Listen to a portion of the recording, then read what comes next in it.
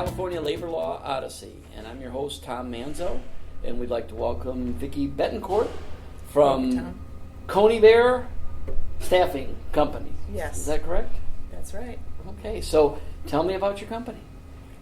My mother started Coneybeare in 1986, and I inherited the company and took over in 1990. Okay. So it's been 29 years that I've been running the company. We're a small independent staffing firm. Where are you based out of?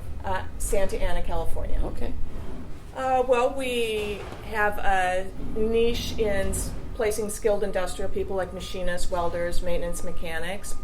In 2000, we also got into executive placement, so we now do engineering, technical, and executive as well. Wow. And we've been doing it for a long time, and we specialize in understanding each individual client and being able to place people at any level in their organization. All right. So, how many employees work at your company now? Currently, there are 6 of us, including myself, Okay. not including the temporary workers. Currently, we've got 86 temporary workers, and it's been in between that number and about 100 in the last couple of years. Okay. At any one time. And how many employees do you place a year? Do you have any idea? Well, since we do a lot of temporary staffing, of course, people will come on and come off. Mm-hmm. So I think about 300 temporary workers we place per year. 300 per year. Mm-hmm. So over a period of 29 years, you said? How many people do you think help find a job? Well, 300 times 10 would be 3,000. 3,000, so maybe 6,000-ish. 6,000, which is a great number. I mean, that's a really big number. We had another guest, I couldn't believe it, he'd been in business 50 years, and he said he had over 11,000 employees in that period of time. And it's amazing. And I mean, I think that's a lot of times what the side of California and the side of businesses that people don't understand. It's the small to medium-sized companies that are really driving this economy and help employ employees in the state. So, absolutely. Congratulations for being Thank able you. to survive 29 years. Yes, thank you. That is an accomplishment, actually. So what is your favorite part of being in business for yourself? What do you like? I love my employees. I love the challenge, the intellectual challenge of running a business. Mm-hmm. I really love going into all types of different companies and understanding how they work and seeing not only what types of employees they hire, but how do they make business? How do they make money? What are their problems? How do they find solutions? It's fascinating because you feel like you really have your pulse on the economy by really knowing so many different types of companies and industries so intimately. Now, with the unemployment rate so low, must be very challenging to find Yes. employees. So, in our business, we're very affected by the economy. So we've certainly weathered lots of ups and downs. And right now, the problem is not finding enough good people to fill the positions we have. It's been very challenging. So you have 6 employees. How long have some of those employees been working for you? Well, Julie's been with me for 28 years. Michelle's been with me for 12 years. And then we have 3 new people because we recently hired more people. 2015 was a kind of a disastrous year for us, and I actually had to liquidate my life insurance policy to save the company, so we were down to just 3 of us. And then in the last 3 years, we've been ticking up and up, so we've hired another 3 people. So that's the passion of a business owner to do what they can to make sure that business survives no matter what they are dealt with. What happened in 2015? We lost our top 3 clients all at the same time for different reasons. None of them because we didn't do a good job, but one got bought out by somebody else. Another got a new HR director who wanted to go out to bid. Another one used a nonprofit to do what we had been doing for them. And at the same time, I had one recruiter that had back surgery, another that had been on maternity leave for most of that year, and we we took a tumble and started losing a lot of money. I also, because I've been through so many ups and downs, I was a little bit overconfident, thinking, oh, it's going to turn around, it's going to be fine, and then it wasn't fine, and I spent a lot of money trying to, with new marketing techniques. I put on my own conference, which cost a lot of money and didn't actually bring in hard sales. So by the end of the year, I was basically out of capital, and we were running on our line of business. And then the bank, of course, called my line. I had a $250,000 line of credit, and they wanted me to pay it all at once. So I had to liquidate my personal assets to save the company. And that's what you do when this is it. This is my livelihood. It's not like I'm going to just shut down the business and go find another job. And so it was whatever I had to do. And I had employees that stuck with me through thick and thin. And because I also share all the financial information with my employees, I treat them like partners so that they can learn to be entrepreneurs as well. They were right there with me.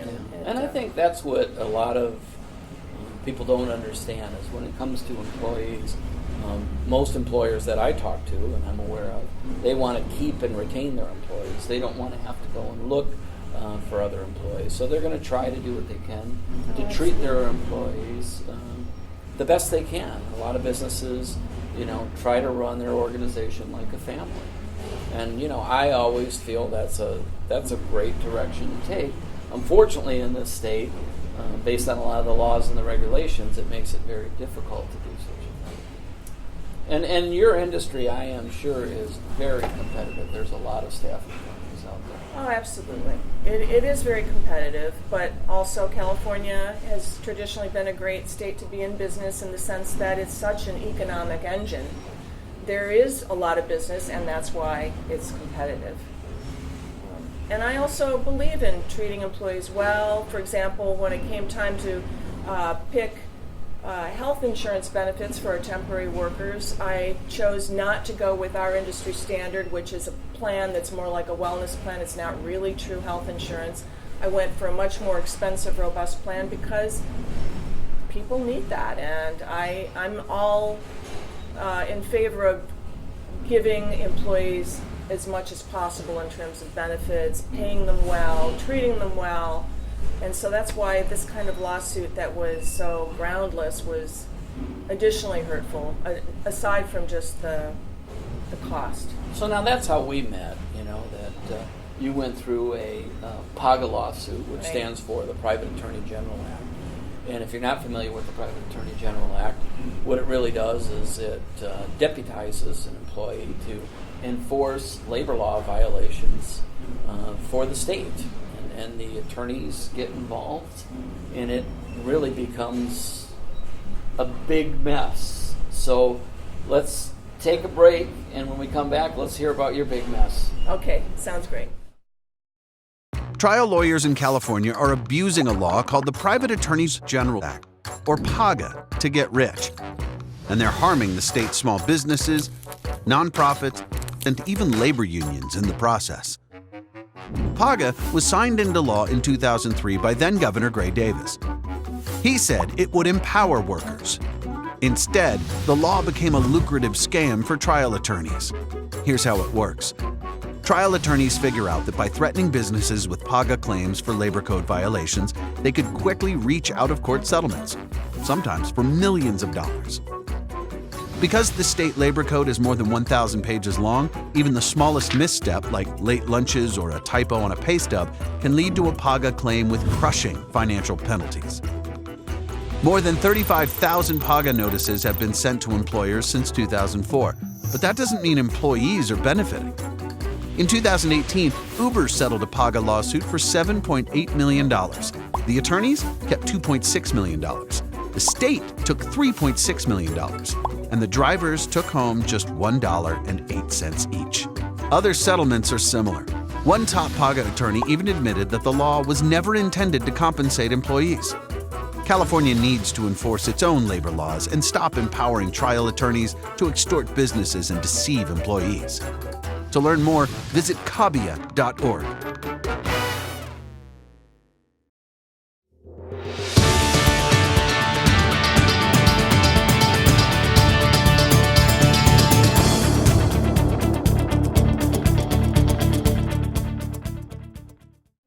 Welcome back, Vicki, and thank you again for coming on our show. I know it was a long ride for you. So, we're trying to really bring awareness to other businesses, to legislators, to even employees on what PAGA does and what the effects are on a company. So, you're a small company, and I give you a lot of credit for staying in business and toughing it out through some difficult times. So you got hit with a PAGA lawsuit. Tell me about that. What happened? So one of our temporary employees who was working at a client location had been there for 2 weeks, so 10 days, of which 3 she was absent, so a total of 7 days she worked. And the client called and said, she's not really fit. We would like you to let her go. So I called her to let her go, and she was furious. She felt it was unfair, but she was not the right fit. And she'd been with you a total of 7 days. 7 days of total work time. Okay. So she made it known that she was going to fight this, and I assumed that she was going to go to the labor board and file a wrongful termination suit or something like that, of which we knew that she didn't have a leg to stand on, so I wasn't particularly worried. Later on, we got a lawyer sent us a request for her personnel file, which we forwarded. I still wasn't particularly worried because, as far as I understood, we didn't do anything wrong, and my client didn't do anything wrong. I got a call from a labor attorney that I had just signed up with, saying that we showed up, that they had filed a PAGA lawsuit against us. And I didn't understand what that meant, had no idea. And he said, well, these lawsuits can be very expensive. And luckily we have a lot of experience with this type of thing because our lawyer used to work on the other side, filing these PAGA lawsuits against employers. Then he felt bad and switched over to the defense side. So at least I felt like, well, he knows what he's talking about. And he said, don't worry, Vicki, these things I usually settle out between $100,000 and $200,000. And I almost fell out of my chair because most years in my entire business life, we have never made that much money in a year or several years. So I was And again, I think that's the terrified. big misconception of people that own a business in California. Not everybody is driving a Lamborghini. You're not making, millions of dollars. You're making wages. right. 200,000 would be a great year for you. Oh, and all of a sudden, some great attorney's year. going to come out of nowhere with an employee that's been with you for 7 days, right. and take all that away from you. Yeah. So, I started finding out more and more. And I had a friendly competitor that I meet with sometimes, and we commiserate, and I told him about this, and he said, oh, we had one of those. His wife's a lawyer, by the way. We had one of those, and we fought it, and we got it down to a $30,000 settlement. And I'm like, oh, well, how'd you do that? And he said, well, it cost us $175,000 in legal fees. So I felt like probably my lawyer was telling me the truth, that the best way is to settle as early as possible. And what were the violations? What did they accuse you? It was based on wage and hour violations, claiming that she did not get her break and lunch periods, which my client's like, well, they don't have a case because, look, here's her timesheets. We write on every timesheet, it says at the top, I've taken all of my lunch and break periods, and if I didn't, I should sign here so that I can write the no break log and get paid for whatever I missed. But she always signed that she had gotten all of her lunches and All breaks. 7 days. All 7 days, because 3 of those 10 days she didn't go to work. So again, I was like, well, I don't understand what. And my client said, and in addition to that, we have very loud buzzers announcing every break period and every lunch period. So I don't understand how they can claim this.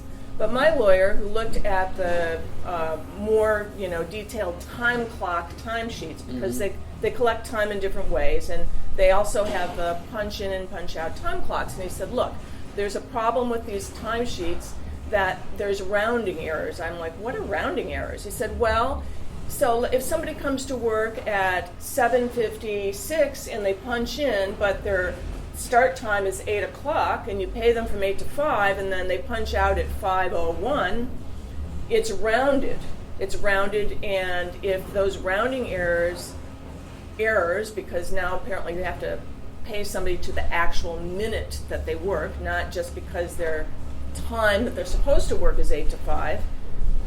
By the way, most of the lawyers recommend, one tidbit is that everybody should just be paid by the minute, no rounding. Yes. Because of that issue. Right. And I mean, it could end up being where you have a group of 100 employees, and if you took every employee and it was 1 penny in favor of the employer, then you're on the hook for all those penalties. Right.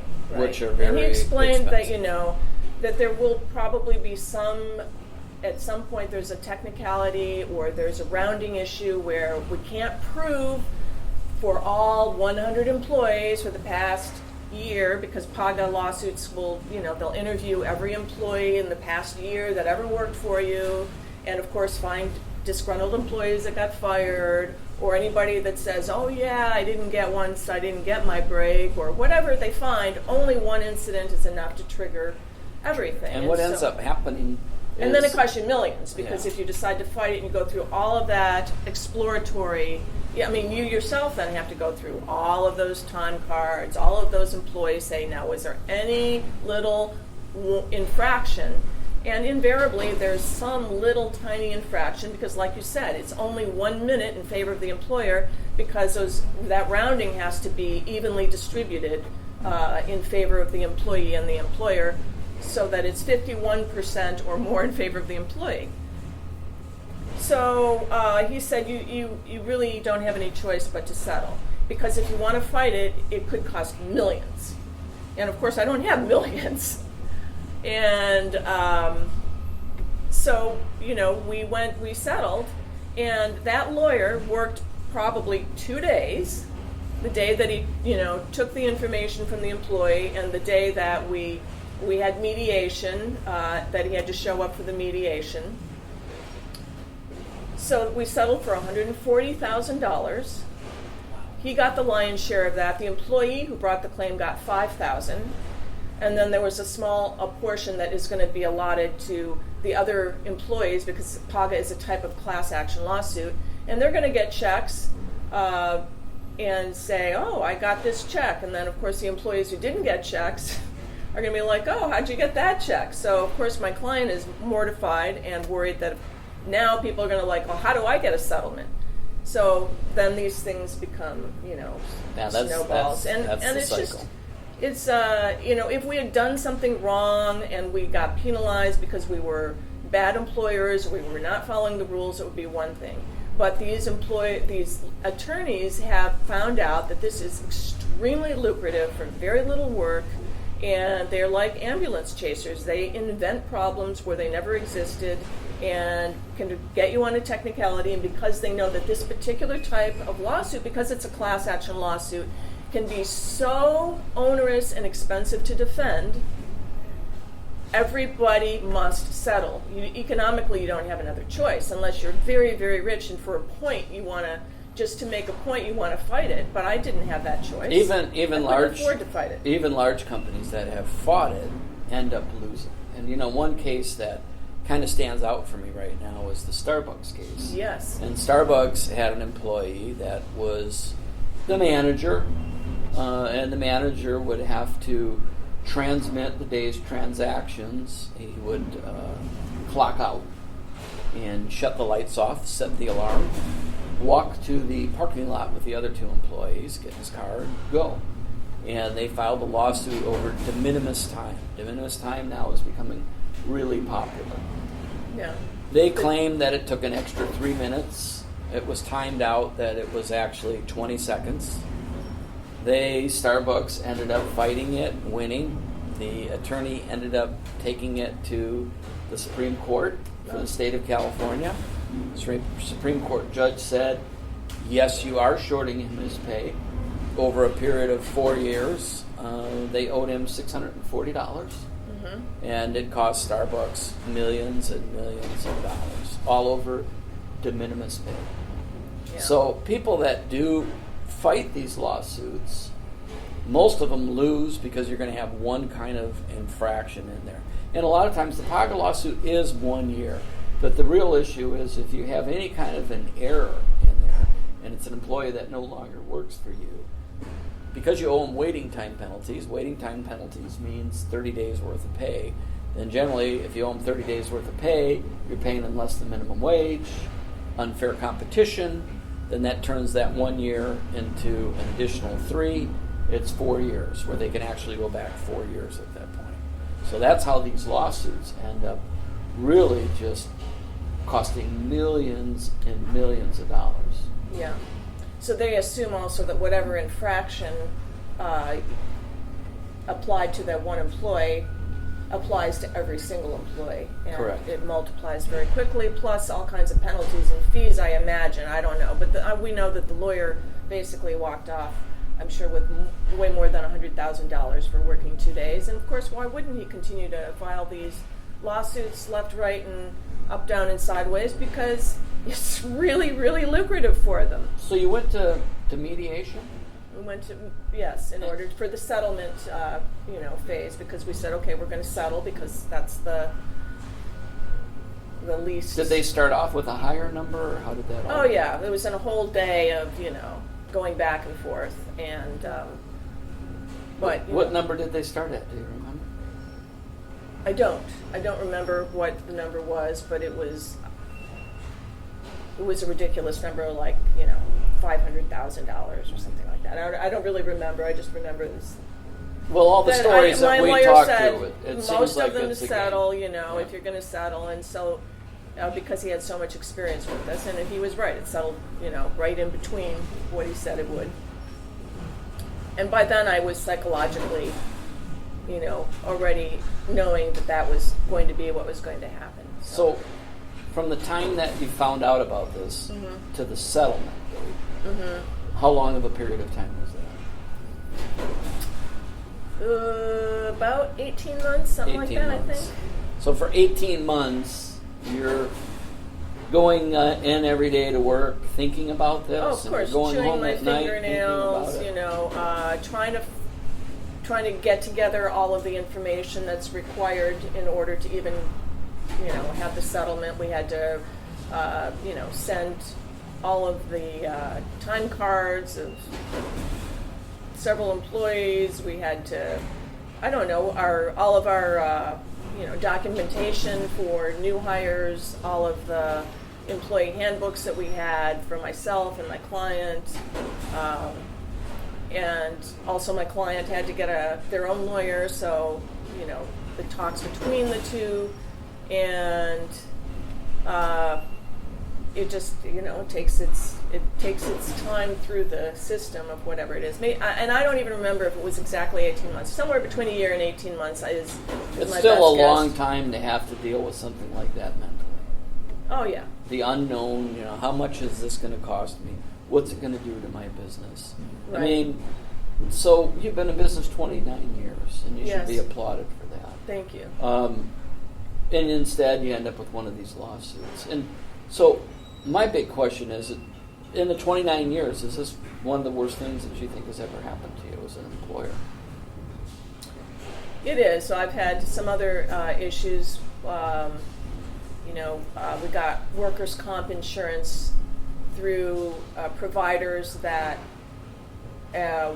were fraudulent and skipped out of town and then left us holding the bag after we'd already paid workers' comp insurance we had to then pay all the workers' comp claims. And that was also very painful. So, there are different things that can come at you, and if you're in business for yourself, that's part of the landscape, I guess. But, in every instance, we tried to do what's right and always do what's legal, but sometimes you find yourself in a situation not of your doing, but you have to pay the consequences. And that's a difficult time here, in California. I mean, in Southern California, workers' compensation rates are the highest in the nation. Yeah. You're dealing with highest minimum wage in the nation. So it makes it difficult to compete, not only 2 or 3 states over, and everybody says, oh, it's a global economy. How do you compete with other countries when you're dealing with these things? Now you have some of the most outrageous labor laws in the United States.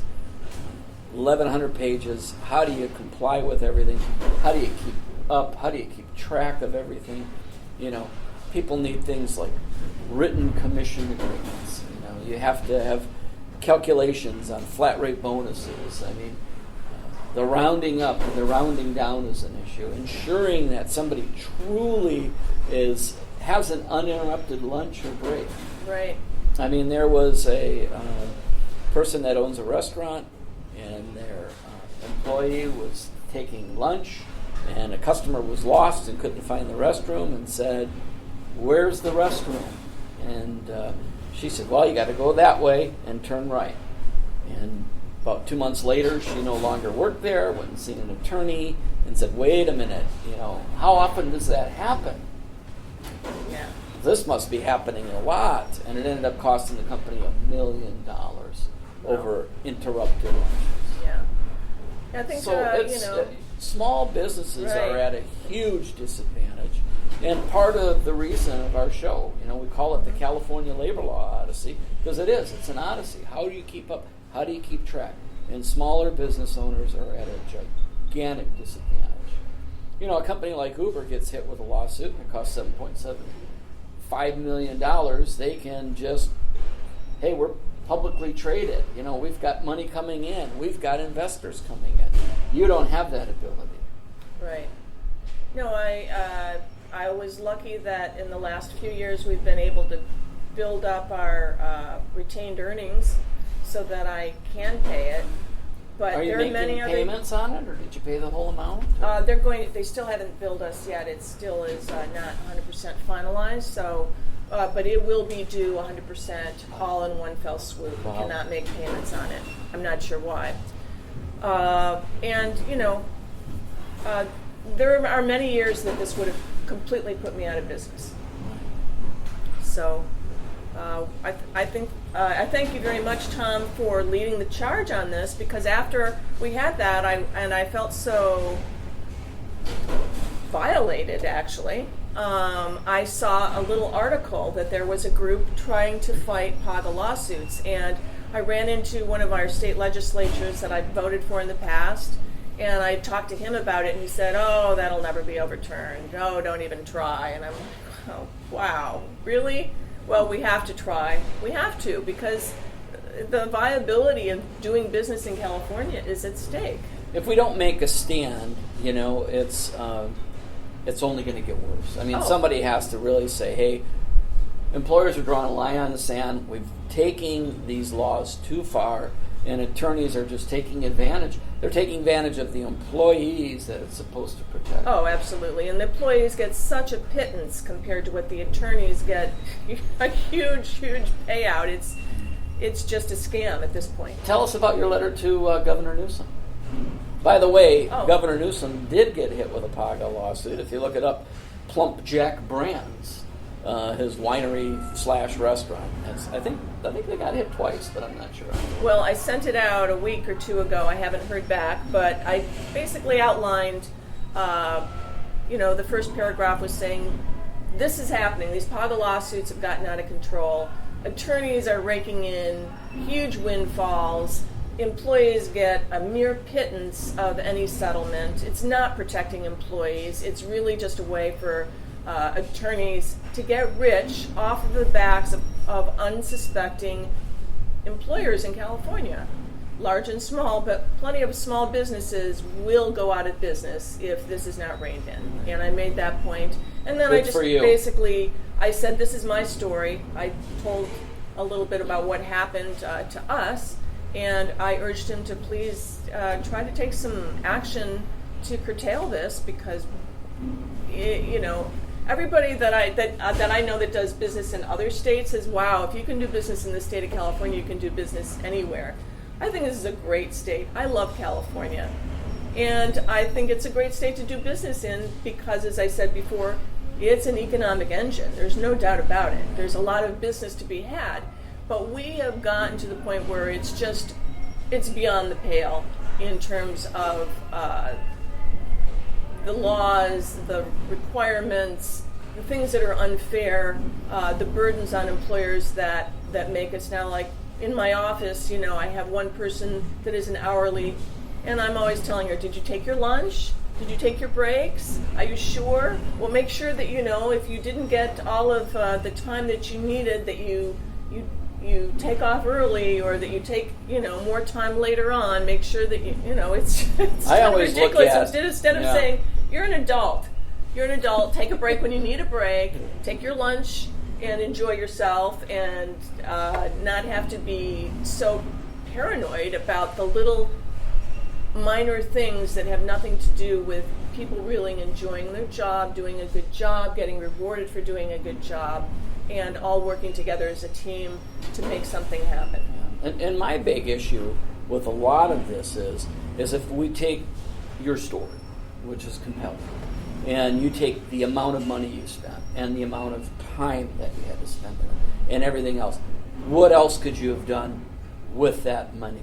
What else could you have done with that time? Could have you grown your business? Oh, I could have hired. Could you have another paid three people? Paid some more employees instead yeah. of making $25 an hour. Maybe you're paying them $27 an hour. I mean, that's what I think we're really missing, and the entrepreneurs yes. are starting to lose that entrepreneurial spirit because they're too focused on babysitting time cards. Absolutely, it would have been great to have that extra cash. We just hired a salesperson, and it's like, okay, well, that's great. Now we have to wait till this person helps us increase sales before we could afford to hire another person. But if I had that money, I could grow a lot faster. We could take advantage of this economic boom that we're going through right now and really step it up and get some momentum going. So final thought, last 60 seconds. If you had an opportunity to talk to legislators of the state, what would you tell them? I would say, first of all, I'm a Democrat. So I have to say that I'm in favor of treating employees well. And I've been an employee also. I'm a small business person, so I understand that people need to earn a fair living wage, and that there are injustices that need to be corrected, absolutely. And so I'm in favor of laws that do protect employees and create a fair and equitable situation for most people in the state. However, if you're going to drive small businesses out of the state because these types of laws, which I'm sure in the beginning it had very good intentions to help people, it has unintended consequences of harming small businesses in ways that it's not their fault. The remedies are draconian. Things are becoming more and more bureaucratic, and the paperwork that we now have everybody sign in order just to become an employee has gotten more and more voluminous and confusing and legalese. Let's get back to what makes sense. Let's do things that actually make sense, that actually help people, and not allow private attorneys that want to take advantage of these situations to really rake us over the coals and destroy the economy in California, because that will happen if this keeps going. Well, Vicki, thank you for coming here. Thank you for taking the time to share your story. I appreciate you standing up and talking about what happened. And, I respect and admire you for what you've done over the years. Tom, I really respect and admire you, and thank you from the bottom of my heart for leading this charge, because I'm very happy to join in, and thank you for You're part of the solution now. for making it happen. Yeah. All right. Thank you.